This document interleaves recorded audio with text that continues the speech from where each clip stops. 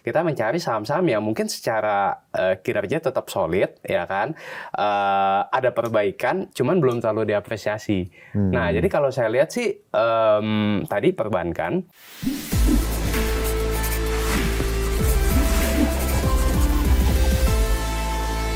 Strategi bagi investor nih Mas Rifan. Mas Rifan kan penasihat investasi juga. Di tengah kondisi seperti ini, langkah bijak seperti apa yang bisa dilakukan investor gitu agar dia dapat tetap meraih cuan, tapi juga aman gitu investasinya. Ya, jadi mungkin saya akan coba bagi menjadi dua ya, karena strateginya akan beda nih antara trader dan juga investor. Yeah.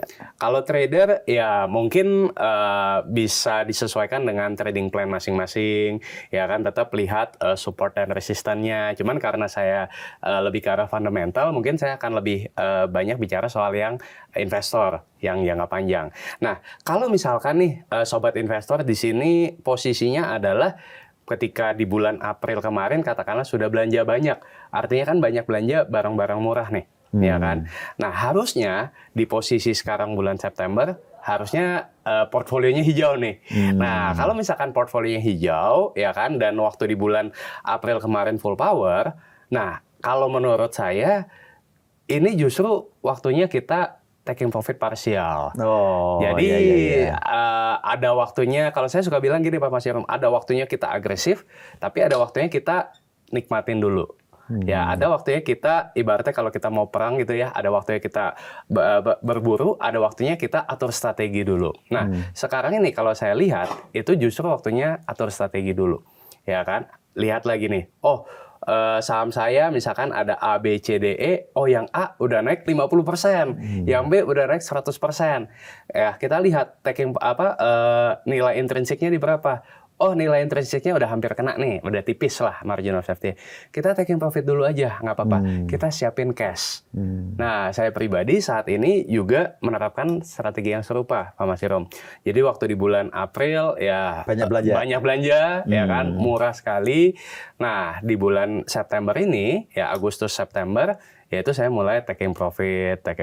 Jadi saya sekarang siapin cash sekitar 40% dari portfolio. Ya? Gitu. Nah, dari situ ya kita lihat nih, apakah, kan namanya market kita nggak ada yang bisa menebak ya dalam jangka pendek. Jadi ibaratnya kalau misalkan market ini masih terus naik, ya kan, dalam jangka pendek ini, kita masih punya barang 60% tadi, ya kan, yang relatively mungkin kenaikannya masih tipis lah ya, gitu. Karena kan nggak semua saham juga mungkin udah terbang semua. Ya tadi yang udah terbang, yang udah naik puluhan persen, ratusan persen, kita take profit dulu, ya kan. Nah, yang 60% nih, kalau misalkan market masih terbang, ya bisa jadi saham ini akan ikut terbang juga. Nah, cuman kalau ternyata benar bahwa market akan koreksi, nah kita sudah punya cash nih. Ya, 40% tadi. 40% tadi, ya kan. Nah, jadi ibaratnya kita ini sebagai investor itu harus bersiap dalam skenario apapun. Mau skenarionya market terus naik, kita juga happy. Mau skenarionya market koreksi dulu, kita juga ready. Nah, beda halnya kalau misalkan nih, sobat investor di sini, kemarin pas bulan April saya takut nih, jadi saya nggak banyak belanja. Nah, sekarang saya harus gimana? Nah, menurut saya beli nggak apa-apa, cicil belanja nggak apa-apa, tapi lakukan secara selektif. Nah, jadi artinya kalau kita punya dana 100% gitu ya, jangan langsung full power, ya kan? Beli secara bertahap, mencicil, ya kan? Nah, terus itu yang pertama. Yang kedua juga ya pasti jangan FOMO. Jadi artinya jangan, saham yang udah naik puluhan persen, ratusan persen baru masuk. Itu kan pasti berbahaya, ya kan? Karena tentu saja risikonya jauh berbeda. Nah, coba deh kita cari ya saham-saham yang memang meskipun indeks sekarang di 7.800-an, tapi saham ini masih belum terlalu diapresiasi pasar. Tapi dengan catatan kinerjanya tetap positif ya, tetap bagus, prospeknya bagus, GCG-nya tetap menarik gitu kan, tetap solid. Nah, itu boleh seperti itu. Nah, jadi tetap nggak apa-apa cicil beli ya, cuman saran saya again jangan langsung full power. Karena kita nih sebagai investor di level ISG 6.000 dan di level ISG 7.800 jelas beda nih strateginya. Kalau 6.000 sih, ya itu sih udah pasti Full power full berani? power, Oh, ya iya, kan. iya. Kalau 7.800 udah all time high kemarin kan. Iya. Ya mungkin kita harus membagi opsi tadi, gitu kalau menurut saya, Pak Mas Irfan. Kalau bicara sektor apa Mas yang menarik? Kalau kita mau selektif nih, nyicil-nyicil, apa yang menarik untuk dibeli? Oke, nah jadi memang kalau sektor, beberapa sektor unggulan saya tuh sebenarnya udah naik. Jadi kemarin kayak gold udah naik banyak, ya kemudian CPO juga udah naik banyak. Cuman kita coba seleksi lagi nih, di level ISG 7.800, 7.900 masih ada nggak sih apa namanya sektor-sektor yang menarik gitu ya? Kalau saya lihat perbankan masih jadi salah satu yang menarik. Karena kan tadi kita bicara belum terlalu diapresiasi. Nah, cuman yang saya mau highlight di sini Pak Mas Hirom, kalau kita bicara perbankan, mungkin banyak sobat investor di sini berpikirnya hanya big banks. Nah, tapi kalau kita lihat secara di IHSG kita, pilihan banks itu banyak. Dan kalau saya lihat ya, di tengah big banks yang sekarang ini tengah melambat, justru bank-bank KBMI 3, KBMI 2, ya kan, itu ada yang kinerjanya justru naik cukup signifikan tahun ini, ya kan, dan relatively belum terlalu diapresiasi oleh pasar. Nah, itu bisa jadi pilihan. Nah, jadi ibaratnya bank-bank yang dengan aset yang lebih medium lah ya, nggak terlalu jumbo, itu ada opportunity. Kemudian yang kedua, bank syariah pun juga menarik seperti itu. Nah, bank syariah ini juga kan kalau di ISG kita kan mungkin ada BRIS, ada BTPS gitu kan. Nah, itu coba dilihat lagi kinerjanya itu sebenarnya menarik juga. Yang ketiga yang sekarang lagi menarik juga kalau saya lihat Pak Mas Hirom, bank digital. Nah, bank digital malah. Iya, jadi bank digital ini yang kita tahu kan waktu 2021 memang naik gila-gilaan. Iya. Cuman kan waktu itu bank digital secara kinerja itu sebenarnya masih banyak yang merugi, ya kan? Nah, jadi begitu 2022 hype-nya selesai, ya sahamnya turun signifikan. Nah, tapi menariknya adalah kalau kita lihat di 2025 ini, ada bank-bank digital yang tadinya merugi, 2025 ini berbalik menjadi keuntungan, dan keuntungannya juga besar loh, gitu. Jadi bisa ratusan miliar, ya mungkin belum sampai yang puluhan triliun kayak bank-bank ini besar ya. Tapi lumayan lah seperti itu. Nah, jadi artinya ada ada bank-bank yang lagi turn around, yang tadinya kinerja tertekan di tahun sebelumnya, sekarang mulai berbalik.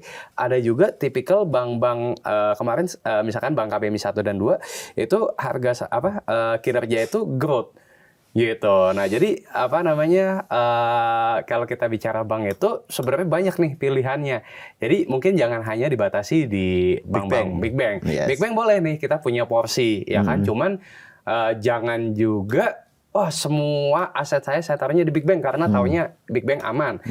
Menurut saya kurang wise kalau kita hanya menempatkan di satu sektor saja atau di satu ini gitu ya. Tapi kalau misalkan big banks, oke, kita ada porsi di big banks, tapi ada porsi juga misalkan tadi di bank digital atau di bank syariah. Nah, itu kita akan menciptakan diversifikasi yang sesuai seperti itu. Nah, jadi itu pertama banks gitu ya. Nah, kemudian kalau yang kedua, kalau kita bicara soal CPO, memang ada sebenarnya nggak banyak pilihannya, tapi masih ada beberapa saham CPO yang saya lihat kinerjanya oke, tapi harga sahamnya belum terlalu diapresiasi pasar. Nah, itu sobat investor bisa kulik-kulik lagi. Karena kalau saya lihat nih, 2025 memang tahunnya CPO juga gitu. Kalau tahun-tahun sebelumnya kan tahunnya batubara. Nah, sekarang gantian nih, tahunnya CPO gitu kan. Terus kalau yang saya lihat lagi, oil and gas sebenarnya juga menarik. Nah, oil and gas ini kalau saya lihat memang kalau secara harga oil sekarang masih belum terlalu tinggi ya, di 60 sekian gitu kan. Nah, cuma saya melihat ada perbaikan kinerja fundamental dari emiten-emiten oil and gas kita. Jadi yang sebelumnya ada emiten yang utangnya besar, Pak Mas Hirom, sekarang ini dia cut hutangnya, jadi lean, jadi balance sheet dia lebih sehat.